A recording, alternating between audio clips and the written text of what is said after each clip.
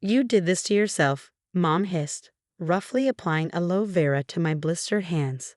If you hadn't stolen Amber's roll, none of this would have happened. I bit my lip, fighting back tears as the gel stunned my raw skin. The basement theater's cold fluorescent lights had revealed every detail of my injury to the director, Ms. Carter. Now, sitting in our pristine kitchen 12 hours later, my mother was desperately trying to craft a narrative that wouldn't destroy our family's perfect image. My name is Sophia Martinez, and at 17, I just landed the lead role in our school's production of The Phantom of the Opera. It should have been the happiest moment of my life. Instead, I was watching my skin bubble and peel, courtesy of my sister's accident with a curling iron. Amber stood in the doorway, her perfectly styled hair framing a face that showed no remorse. I told you to drop out, Sophia. You never listen. My sister had always been the star, the golden child who could do no wrong. For years, I'd stayed in the background, handling tech and props while she took center stage. But when Ms. Carter announced open auditions for Christine, something in me refused to back down this time. The burns will heal, Mom said, wrapping gauze around my hands. We'll get you special makeup. No one needs to know about this family matter. Family matter. That's what everything was in our house. The time Amber pushed me down the stairs for getting a better grade? Family matter. When she accidentally deleted my college application videos? Family matter. Now this deliberately pressing a scorching curling iron against my palms while I slept was just another secret to keep. Dad walked in, his hospital scrubs still on from his night shift. As the city's most respected pediatrician, he was an expert at looking the other way when it came to his own family. Sophia, he sighed, examining my hands with clinical detachment. These need proper medical attention. No hospitals, Mom snapped. We have everything we need here. Besides, rehearsals start tomorrow. She needs to be ready. I stared at my father, silently pleading. For a moment, I thought I saw something flicker in his eyes. Concern, maybe even guilt. But then Amber spoke. Daddy, Sophia's just being dramatic. She's trying to ruin my senior year because she's jealous. I've played lead in every production since freshman year. This was supposed to be my finale. Dad's face hardened. Your mother's right. We'll treat this at home. Sophia, you need to think about how your actions affect others. My actions. Of course. Somehow, this was my fault. That night, I lay in bed, my hands throbbing. The pain medication Dad had given me barely touched the surface. Through the wall, I could hear Amber practicing her vocals, songs for a role she no longer had. Each perfect note felt like another burn. Morning brought new challenges. Mom spent an hour applying specialized makeup to my hands, cursing every time the gauze showed through. Remember, she warned, if anyone asks, you were practicing curling techniques for the show. It was an accident. At school, I felt like I was sleepwalking. The makeup was thick and uncomfortable, making it hard to move my fingers without cracking the carefully constructed facade. During classes, I kept my hands under the desk, praying no one would notice. Then came theater rehearsal. Ms. Carter had scheduled costume fittings first. As the costume designer helped me into Christine's elaborate dress, I tried to keep my hands hidden, but fate had other plans. Sophia, could you lift your arms for the measurements? Ms. Carter asked, clipboard in hand. As I raised my arms, the sleeve of my costume slipped. The harsh stage lights revealed what the careful makeup couldn't hide. Angry red burns wrapping around both palms, the pattern of the curling iron's barrel clearly visible. The costume designer gasped. Miss Carter moved closer, her eyes narrowing as she took in the deliberate nature of the injuries. Everyone out, she commanded, her voice cutting through the chattering students. Sophia, stay here. My heart pounded as the theater emptied. Amber lingered by the door, her face a mixture of threat and fear, before Miss Carter's stern look sent her scurrying. Show me your hands, Miss Carter said quietly once we were alone. It was an accident, I recited, the practiced lie tasting bitter. I was curling my hair. Sophia, her voice was gentle but firm. I've been teaching theater for 20 years. I know what curling iron burns look like. No accident causes symmetrical burns on both palms. Tears welled up in my eyes as she carefully held my wrists, examining the damage. Your sister did this, didn't she? The question hung in the air like the final note of a tragic aria. I couldn't speak, but my silence was answer enough. And your parents? They They said it's a family matter. Miss Carter's face darkened. She pulled out her phone, scrolling through contacts with determined precision. "What are you doing?" I asked, panic rising in my throat. "Making a call that should have been made long ago." She looked at me with fierce protection in her eyes. "Some matters are too big for families to handle alone." As she dialed, I saw Amber watching through the theater door window, her perfect facade finally cracking with fear. The next morning, 2 Child Protective Services investigators arrived at our house. I watched from my bedroom window as their government-issued car pulled into our perfectly manicured driveway, disrupting the illusion of suburban tranquility we'd maintained for years. Mom was in the kitchen, frantically scrubbing already spotless counters when the doorbell rang. Amber sat at the breakfast bar, her face pale beneath her carefully applied makeup. Dad had already left for his hospital shift, conveniently avoiding what was about to unfold. "Sophia," Mom hissed up the stairs. "Come down here right now and put on your gloves." But it was too late. Miss Carter had taken photos yesterday, clear, undeniable evidence of what had been done to me. The investigators, a stern-looking woman named Mrs. Bennett and her younger colleague, Mr. Torres, were already seated in our living room when I came downstairs. "Mrs. Martinez," Mrs. Bennett began, her voice professional but firm, "we've received a report concerning some serious injuries to Sophia's hands. We'd like to speak with her privately." Mom's perfectly maintained smile faltered. "This is ridiculous. It was a simple accident. Girls experiment with hairstyling all the time." "Then you won't mind if we speak with Sophia alone," Mr. Torres replied, his kind eyes meeting mine. They led me to our study, closing the door on Mom's protests. For the next hour, I told them everything. Not just about the burns, but about years of Amber's escalating behavior and my parents' constant cover-ups. My hands shook as I described the curling iron incident, how I'd woken up to searing pain and Amber standing over me, warning me to drop out of the play.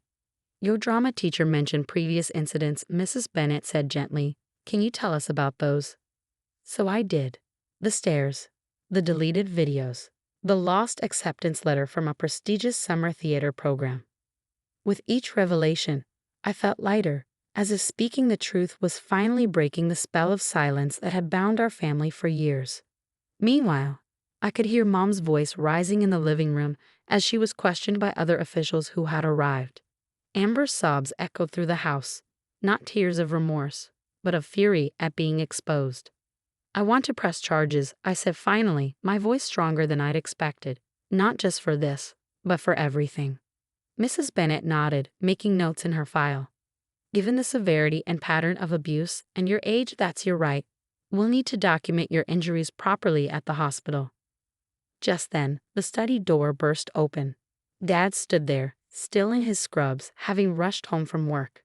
His face was a storm of emotions: anger, fear, and something else I'd never seen before: shame. "This is a misunderstanding," he began, his doctor's authority coding each word.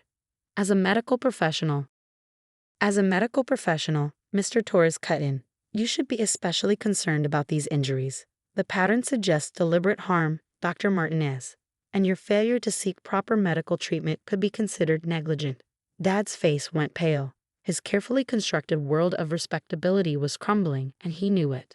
"Sophia," he pleaded, "think about your sister's future, her college applications."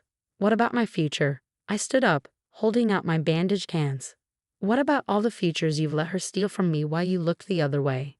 The room fell silent. In that moment, I saw my father, really saw him, for the first time. Not as the respected doctor or the distant parent, but as someone who had failed his youngest daughter in every way that mattered. Mrs. Bennett stepped between us. "Dr. Martinez, given your position at the Children's Hospital, will need to conduct a thorough investigation. Your medical license could be affected by this." He staggered back as if struck. His reputation, the thing he valued most, was now at risk. From downstairs came the sound of breaking glass, followed by Amber's scream of rage. Mom's placating voice rose above the chaos, still trying to maintain control of a situation long past controlling. "I'd like to go to the hospital now," I said quietly, turning to Mrs. Bennett. "And then I want to call Ms. Carter. She should know what's happening."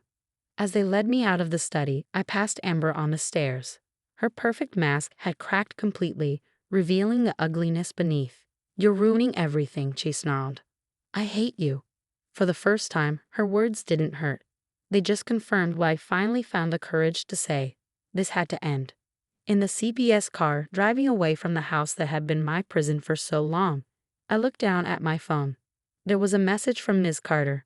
"You're stronger than you know. We're all here for you."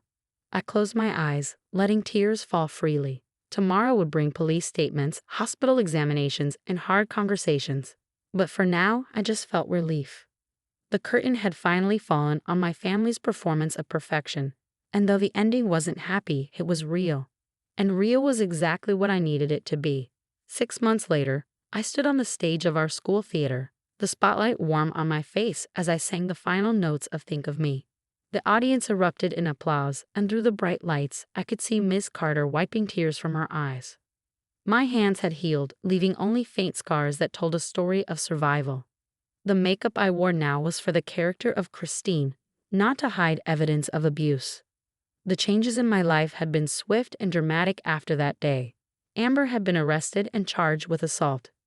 Given her age and my parents' influence, she'd been offered a plea deal, mandatory psychiatric treatment, community service, and she had to stay at least 500 feet away from me. She was now living with our aunt in another state, attending therapy sessions 3 times a week. Mom and Dad faced their own consequences. Dad's medical license was suspended pending review, and both parents were charged with child endangerment.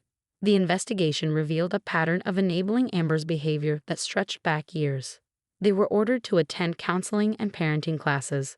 As for me, I moved in with my grandmother, Elena, who had been kept in the dark about what was happening in our house. When she learned the truth, she became my fiercest protector. "Mi amor," she'd said the day I moved in this house, "you will shine as bright as you want." And shine I did. Without Amber's shadow looming over me, I discovered parts of myself I never knew existed. My voice grew stronger, both on stage and off. I joined the student council, started a support group for students dealing with family abuse, and maintained my spot on the honor roll. The theater became my sanctuary. Miss Carter didn't just direct our plays, she became a mentor, helping me apply to college theater programs and writing glowing recommendations. After the final curtain call of Phantom, I found myself surrounded by my new support system. My grandmother hugged me tightly, whispering proud words in Spanish. My best friend, Sarah, who had been the first person I told about the abuse, was holding a bouquet of roses. Even Mrs. Bennett from CPS had come to watch. "Sophia," Ms. Carter called, making her way through the crowd. "Someone here wants to meet you."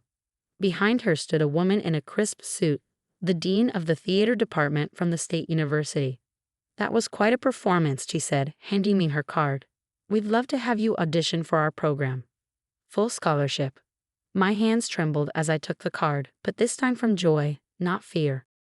Later that night, at the small celebration party my grandmother hosted, I checked my phone and found a text from Mom. "We saw the video of your performance. You were beautiful. We're sorry for everything. When you're ready, we'd like to talk." I showed the message to my grandmother. She squeezed my shoulder and said, "The choice is yours, Maija. Your healing happens on your timeline, not theirs." She was right. I wasn't ready to forgive yet, but I was ready to move forward. The future stretched before me like an open stage, full of possibilities. Sarah appeared at my side, grinning, ready for the best part of the evening. She led me to my grandmother's garden, where my theater friends had gathered. They prepared a surprise. A montage of photos and videos from the past 6 months, showing my journey from those dark days to now.